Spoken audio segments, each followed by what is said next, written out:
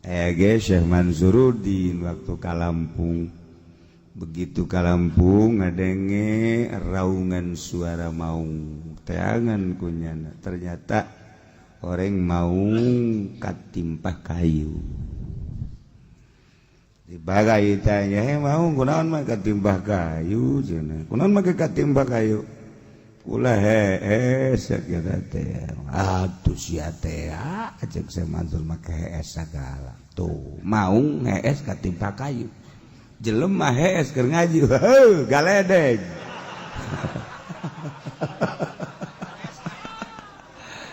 Cilaka pokona.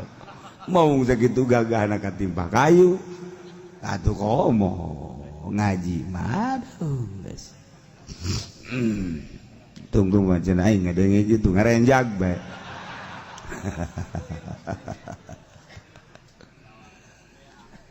Cek bau minta tolong gula Syekh Mansur bauheun cenah.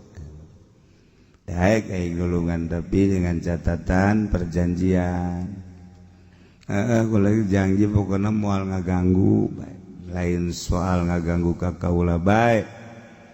Kasadei ka anak incu deui moal cenah. Lain ka anak incu bae cek Syekh Mansur. Pokoknya malah ka murid-murid Syekh Mansur kula moal ngaganggu. Wah guys bener itu. Sumpah wallahi cek mau demi Allah kula moal ngaganggu ka anjeun, ka keluarga anjeun, anak incu anjeun, jeung kanuwau ka anjeun, ka murid-murid anjeun dengan catatan asal nyebut Buyut Mansur kula paham.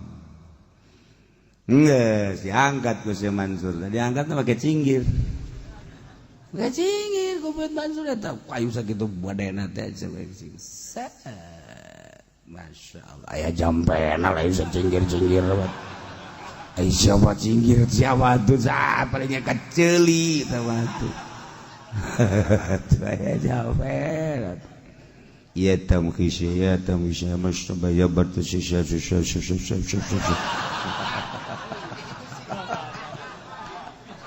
Saya jampena. Paranti perang.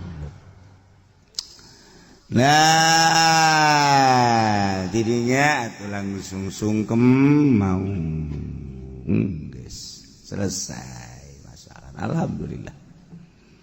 Datang ka sababaraha taun, datang ka ayeuna pisan. Lamun aya anu diganggu ku maung, kemudian nyebut Buyut Mansur aman. Manjur jasa Syekh Mansur terkenal jasa.